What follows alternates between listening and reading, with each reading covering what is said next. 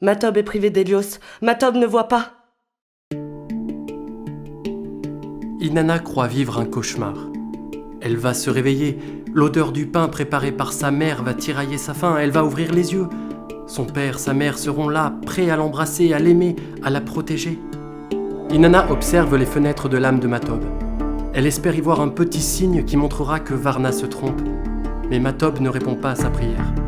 Ses yeux restent fixes, comme paralysés par un sortilège. Un cri terrible sort de la gorge d'Inanna, un cri venu des plus profondes horreurs de sa mémoire occulte.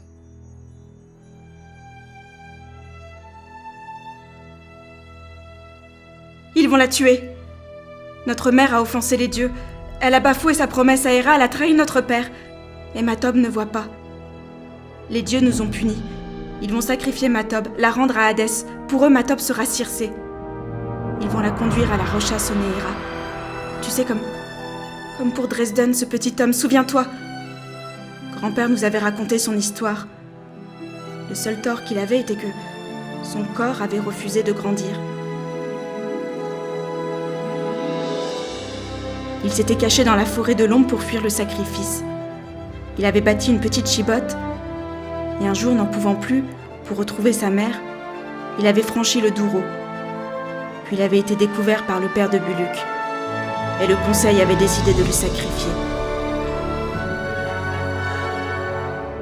L'homme, au cri de l'enfant, délaisse sa victime et retourne sur ses pas. Matob revient à cette dure réalité.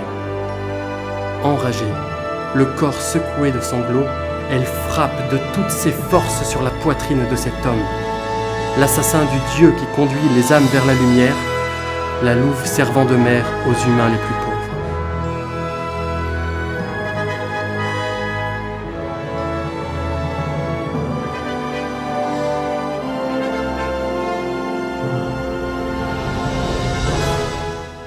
Quel est ton nom ? Je m'appelle Matob.